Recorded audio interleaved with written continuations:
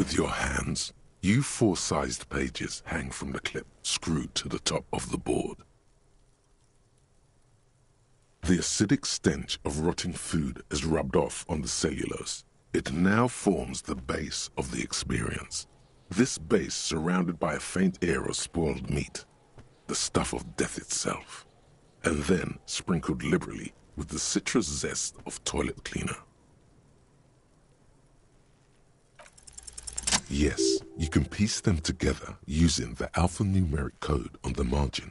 It always begins with HDB41, then date of initialization and time of arrival on the scene, followed by the title. Why yes, your precinct number is 41.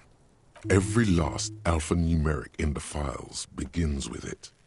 And these are your case files.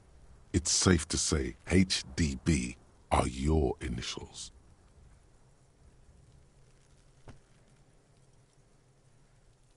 That is improbable. It takes about half an hour to piece one together, using the system you've devised. Where do you want to start? It would be very interesting to read about these, wouldn't it? I mean, there seems to be a square-shaped entry wound in the victim's forehead. She's been sitting there for weeks, on her rocking chair, with a square hole in her skull. That's all you got. From the half hour you spent piecing it together, all you know is the entry wound was square-shaped. You never found the bullet. And then another body showed up, also with a square hole in his forehead. Who knows? Those pages are missing. What next? Don't worry. One day you may still catch the man with the square gun. Not much has changed in the meanwhile. A bunch of sodden papers still.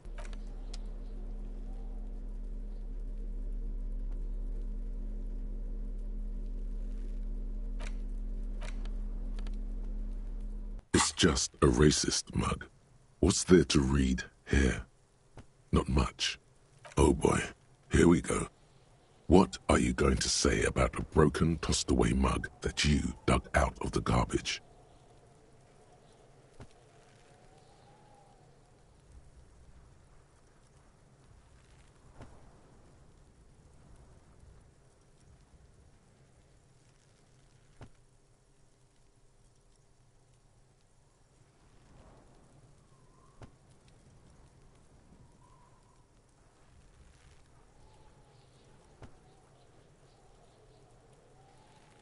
If you want to earn some change by guilting people, go for it.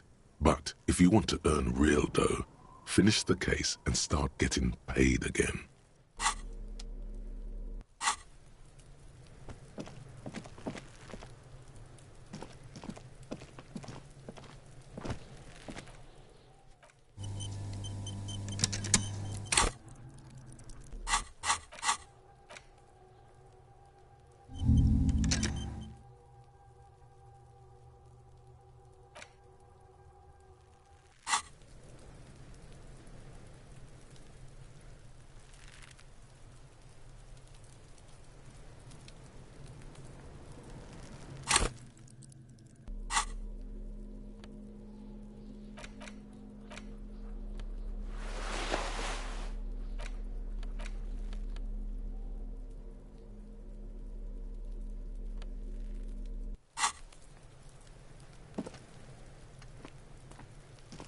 There he still is, looking right through you with his white eyes. The body below is entirely dedicated.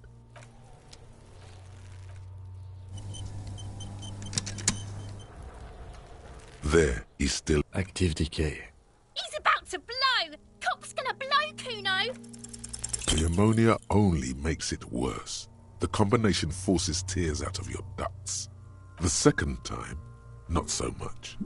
When the vomiting is done, your cheeks are wet with tears.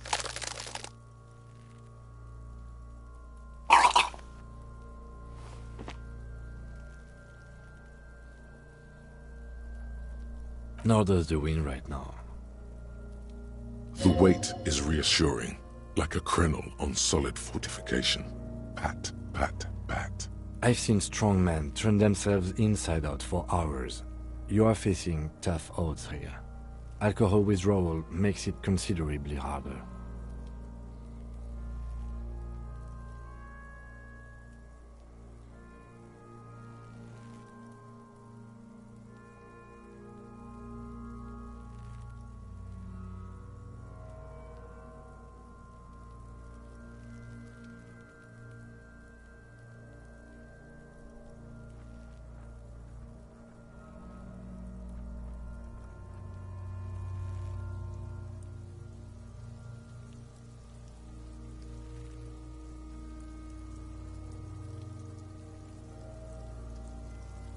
I've seen captains puke their guts out.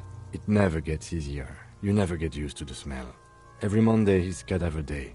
Throw up, investigate. Throw up, initial autopsy. Throw up, baguette. Then drive to the station. Maybe throw up on the way there if you didn't bag the thing tight enough.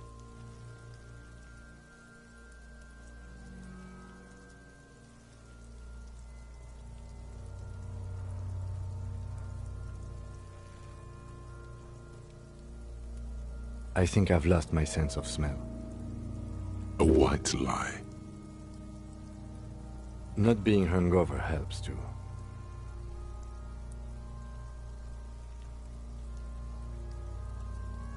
No. This is a two-man assignment because it needs 2 officers to complete. You need to get your shit together. We should go talk to the locals. Find something else to do while the wind changes. It's pretty bad right now. You've gained a thought. When this dialogue... Give it half an hour. Get yourself together. Then come back and have another go.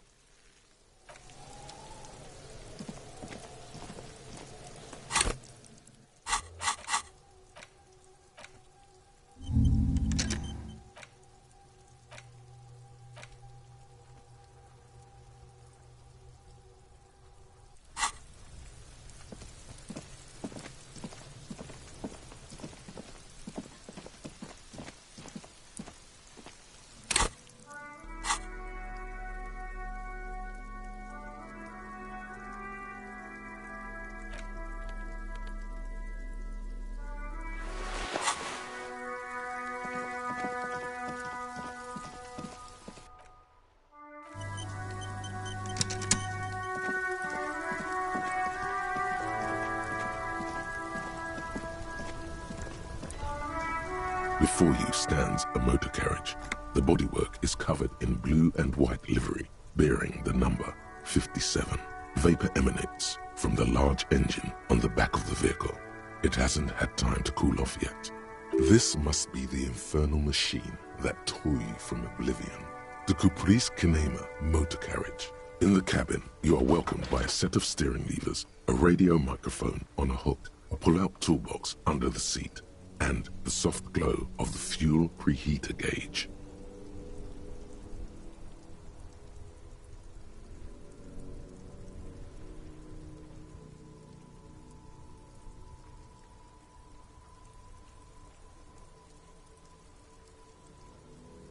All right. Ready? I turn, you press start. It's next to the preheater. He's downplaying his excitement. The lieutenant is more than happy to show off his precious carriage. The rouse per minute gauge jumps, and the engine of the Caprice Kinema comes to. The lights unfold with a little click, casting electrical light onto the ground before the vehicle. I'll turn them off from the remote once you're done. We just need to stand in front of the machine now.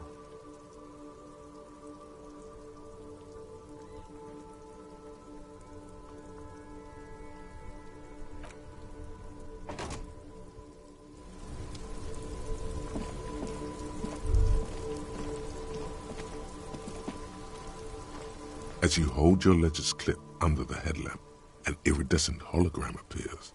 A street grid and the veins of a great river. A familiar sensation washes over you. There she is. Revachol West. Around the borders of the watermark are dozens, no, hundreds of micro-perforations. The rectangular watermark is overlaid with the logo of the RCM And yet, the major arteries of Revachol are all recognizable. They shimmer in the Kanema's headlights. A rat brazenly darts past you and disappears amongst the stopped lorries. In the distance, a child somewhere shrieks. A woman reprimands her. Ah, Martinez. Let me see. Right here.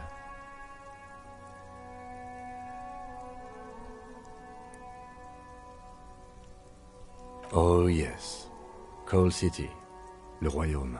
The burnt-out quarter. There are many of them, and they are divided into the first row has 18 dots.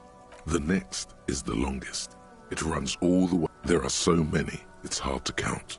The last row has 3 per. That's it.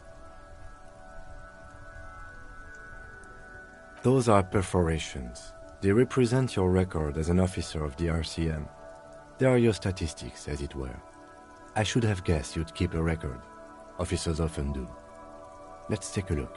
Alpha male officers who are proud of their numbers often do. The first row represents your years of service. 18 years. Okay, not bad at all. What did you do before you volunteered?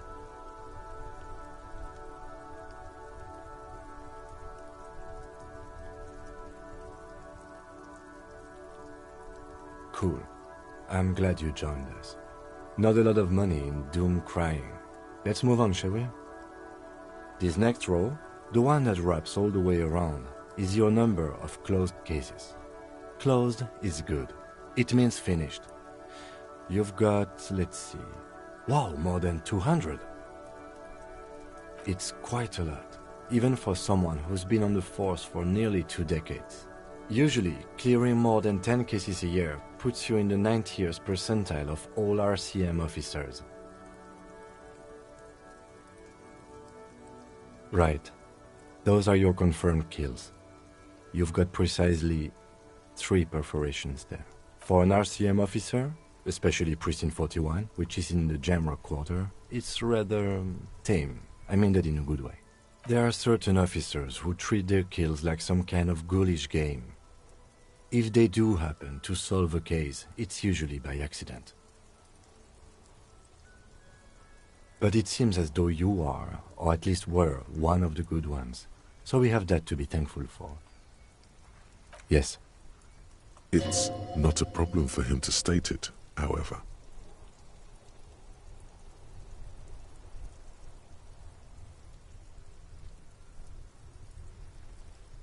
Everyone has their own method of coping, some more effective or self-destructive than others. Personally, I find it helps to keep up a few hobbies.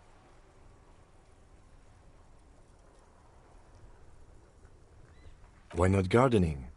You've already got the yellow gloves. It's meant in earnest. Please don't mistake it for a jab.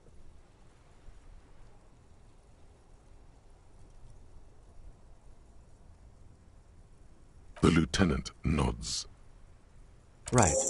I'll go turn off the lights. You can now see your statistics on